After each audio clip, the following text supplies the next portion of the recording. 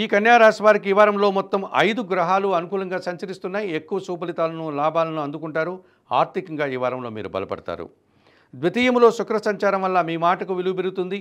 స్త్రీజన సహకారంతో కలిసి కొన్ని కార్యక్రమాలు సునాయాసంగా పూర్తి చేస్తారు. విందు వినోదాల్లో పాల్గొంటారు. ఒక కార్యక్రమం ద్వారా మీరు ఆదాయాన్ని కూడా అందుకుంటారు. తృతీయంలో కుజుడు సంచరించడం వల్ల జన సహకారం బాగుంటుంది. పనివారి సహకారం బాగుంటుంది. భూముల నుంచి, వాహనాల నుంచి లాభాలు అందుకుంటారు. రియల్ ఎస్టేట్ రంగంలో కూడా సానుకూల వాతావరణం కనిపిస్తుంది. వ్యవసాయ రంగంలో కూడా మంచి లాభాలు అందుకుంటారు. షష్టంలో రాహువు సంచరిస్తున్నాడు. ధైర్యంగా చేసేటువంటి చాలా పనులు సునాయాసంగా పూర్తవుతాయి. అలాగే వృత్తి ఉద్యోగ వ్యాపారాల్లో నూతన వ్యాపారాలు కానీ, నూతన ఉద్యోగాలకి అనుకూలత కనిపిస్తుంది. విదేశీ వ్యవహారాలు కూడా సానుకూలంగా ఉంది. నూతన వ్యక్తుల వల్ల కూడా లాభాలు అందుకుంటారు. దశములో చంద్ర సంచారం వల్ల చాలా పనులు ఈ వారమంతా సునాయాసంగా పూర్తి చేస్తారు. అన్ని కార్యక్రమాలు కూడా సజావుగా ముందుకు సాగుతాయి. మనసుకు నచ్చే విధంగా కొన్ని సంఘటనలు జరుగుతాయి. ఆర్థికంగా కూడా బలపడతారు. తృతీయంలో బుధ సంచారం వల్ల వ్యాపారపరమైనటువంటి ఒక్క విషయంలో మీకు అసౌకర్యం ఏర్పడుతుంది.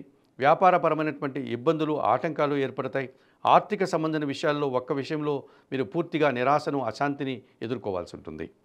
ఈ రాశి వారికి ఈ వారంలో ఆది, సోమ, మంగళ, గురువారాలు అనుకూలంగా ఉన్నాయి. దానాలు ఇచ్చేటువంటి క్రమంలో పెసరపప్పు కానీ, లేకపోతే ఆకుకూరలు కానీ, కాయగూరలు కానీ బుధవారం రోజు పేదవారికి కానీ, పేద బ్రాహ్మణులకు కానీ దానం చేయండి.